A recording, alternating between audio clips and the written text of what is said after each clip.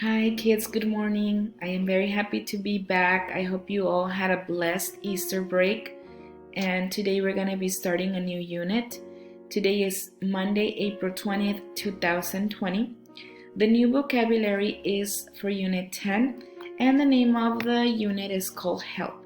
The first thing that comes to my mind is getting help. Is it about getting help? Is it about giving help? Is it about people that help others in the community? Or what kind of help is it talking about? Well, the unit is mainly focused on help that you get from professional helpers. For example, a mountain rescue team, a firefighter, Marines, maybe the Navy, the people that help others in really, really extreme cases like an emergency. So the first thing that I thought when I saw this, the title of the unit is, okay, think about a trip. I thought about a trip, maybe a kind of a dangerous trip that I would make. For example, going climbing on a mountain, and I'm talking about a snowed mountain. And the first thing that came to my mind was, what would I take if I went on a climbing or hiking experience to a snowed mountain? What if will I need help? If I had to go on a trip where I need to think about getting help or helping others, what things will I take? So the first thing I thought about was a backpack, which is something that can help me carry many things. A big backpack, not too heavy so it won't get in the way of my walking. Definitely a first aid kit is very, very important. And I think it's the most important word for the unit because it's something that can prevent a lot of things or help you if you get hurt. It prevents things by taking it just in case, because what if you're like at the top of a mountain, there's nobody to help you there, and you have your first aid kit. You can probably get a band-aid or something that can help you if you got hurt. I also thought about a bandage, which is not the same thing as a band-aid. I'm going to show you right now in the presentation. A bandage is elastic and it can help you if you got hurt maybe you got hurt and you don't want to move your hand. It helps you not like immobilize it. I also thought about water and obviously food. I thought about taking a compass because what if you lose connection up there? You need something like a compass that can help you locate north, south, west, and east.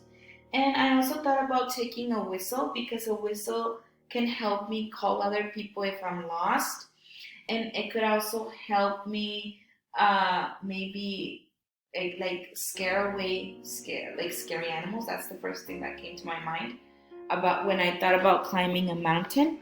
Okay, so tomorrow we're gonna be working in our virtual class with the first two pages of students' book 97 and 98. We're gonna see what helpers we are actually gonna be focusing on this unit.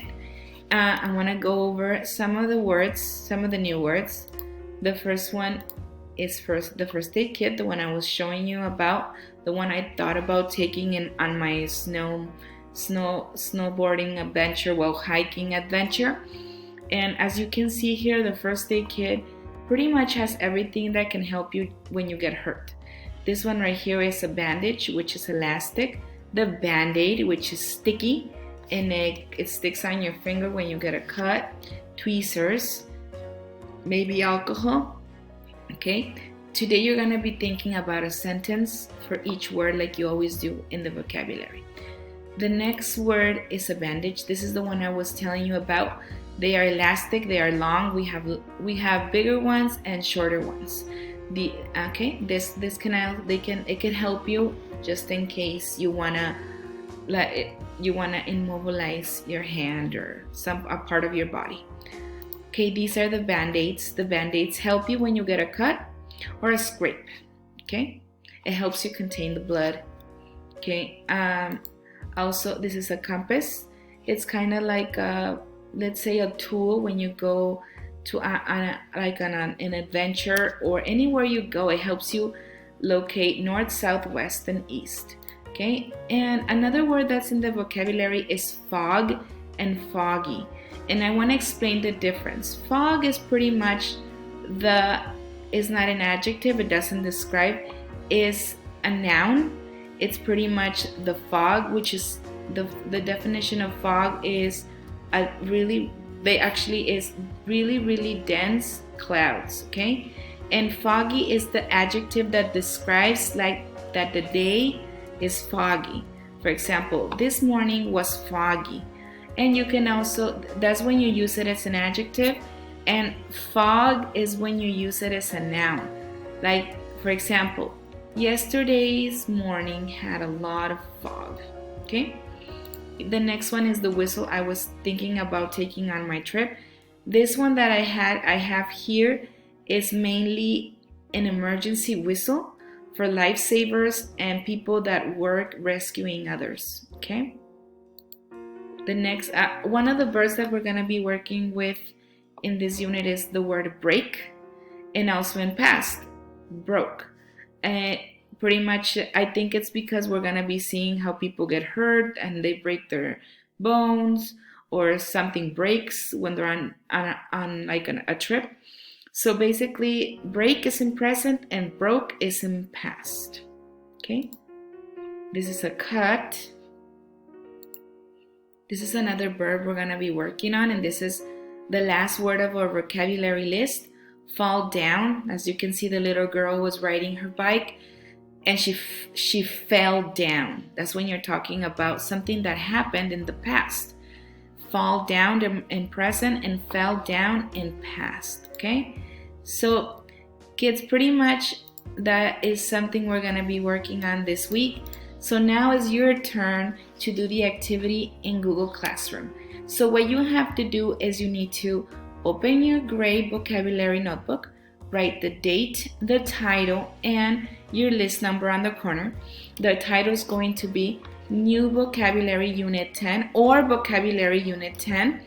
And what you need to do is, as we always do when we start a new unit, is write the word, make a little drawing, or you can also print the images and glue them and write a short sentence. Please, I need this exercise to be with pen, red pen, or with red pen for the capital letters, and you can either use black or blue pen.